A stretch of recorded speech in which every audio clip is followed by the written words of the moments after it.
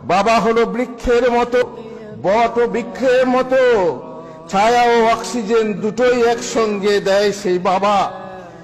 বাবা হারা পরিবারগুলো একমাত্র জানে পৃথিবীতে তাদের কে আপন আর কে পর। মা হলো পরিবারের খুঁটি, আর বাবা হলো তার ছাদ। খুঁটি না থাকলে ছাদ ভেঙে পড়ে, আর ছাদ না থাকলে খুঁটি আশ্রয়হীন হয়ে পড়ে।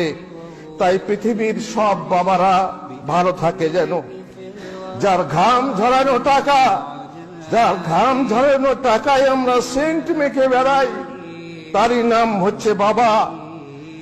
সংসারে যদি বাবার গুরুত্ব জানতে চাও, তাহলে হাতের বুড়ো আঙুলটাকে বাদ দিয়ে রুটি ছিঁড়ে খেয়ে দেখো তোমার খাওয়াটা সহজ হয় কিনা।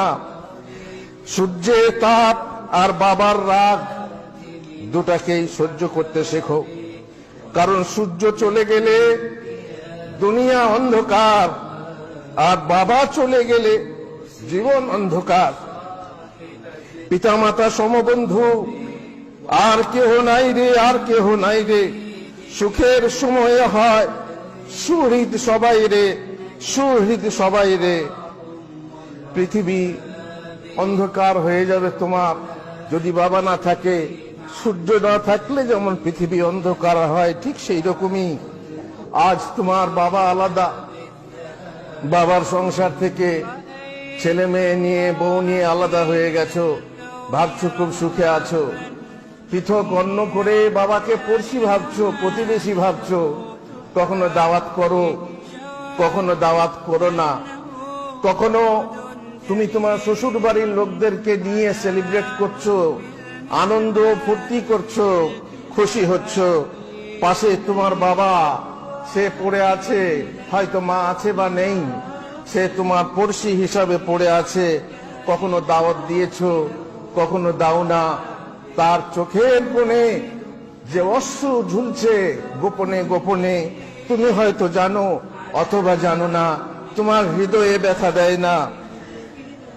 জানো মেয়েটি যে কিশোরী, হে যুবতী, তুমি কি জানো মেয়ের হাতে আধা কাঁচা বা নুনে ভরা তরকারি খেয়ে বদনাম হয় শ্বশুর বাড়িতে।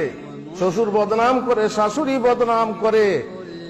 যারা বদনাম করে মেয়ে রাঁধতে জানে না, কিন্তু মেয়ের হাতে আধা কাঁচা বা নুনে ভরা তরকারি খেয়ে যে তার প্রশংসা করে, সে হলো মেয়েটির বাবা।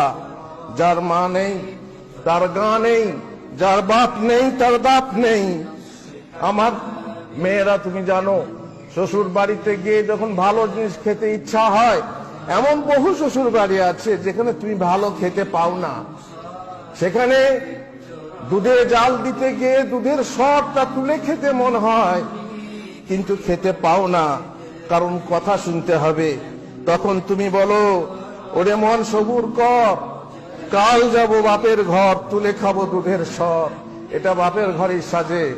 সেই বাপের ঘর তুমি পর করছো, সেই বাপের ঘর তুমি পর ভাবছো।